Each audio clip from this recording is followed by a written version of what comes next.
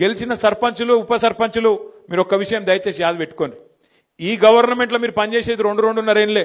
మళ్ళీ అటెన్క వచ్చే గవర్నమెంట్లో మన గవర్నమెంట్లో మళ్ళా 2-2.5 ఏళ్ళు మీరే ఉంటారు. కాబట్టి దబ్బన వీళ్ళు ఏమైనా కొద్దిగా కష్టపెట్టినా కొద్దిగా ఇబ్బంది పెట్టినా 1 సంవత్సరం ఓర్చుకోవాలి అంతే. అటెన్క ఏముండదు వీళ్ళది, అటెన్క ఏముండదు. మీకు వచ్చే పైసలు ఎట్లాగొస్తాయి? గ్రామ పంచాయతీకి రావాల్సిన డబ్బులు కేంద్ర ప్రభుత్వం నుంచి రాష్ట్ర ప్రభుత్వం నుంచి మీ హక్కుగా రావాల్సిన పైసలు, ఫైనాన్స్ కమిషన్ ద్వారా రావాల్సిన పైసలు ఎవడు ఆపలేడు.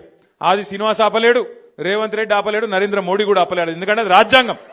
అంబేద్కర్ రాసిన రాజ్యాంగం ఆధారంగా మీకు రావాల్సిన పైసలు బరాబర్ వస్తాయి. ఎవనయ్యా కూడా ఆపలేడు అది.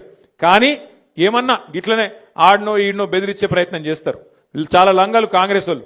వాళ్ళ మాటినకపోతే ఏం చేస్తారు?